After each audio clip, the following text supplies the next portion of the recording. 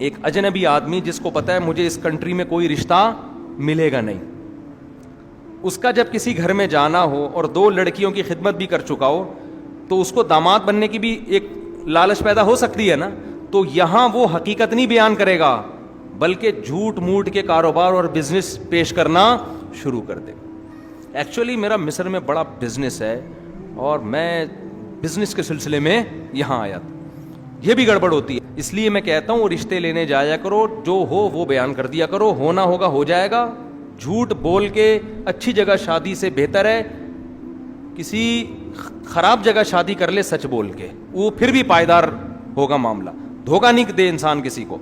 हज़रत मूसा ने अपना पूरा वाक़या बयान कर दिया, भाई मैं ऐसे फ़िरौन के महल में पड़ा हूँ, बड़ा ज़ालिम है, हमारी कौम के हज़ारों बच्चों को कत्ल कर दिया और मुझे भी तंग करता था, एक किब्ती का मुझसे कत्ल हो गया। पूरी साफ बात की मूसा अलैहिस्सलाम ने।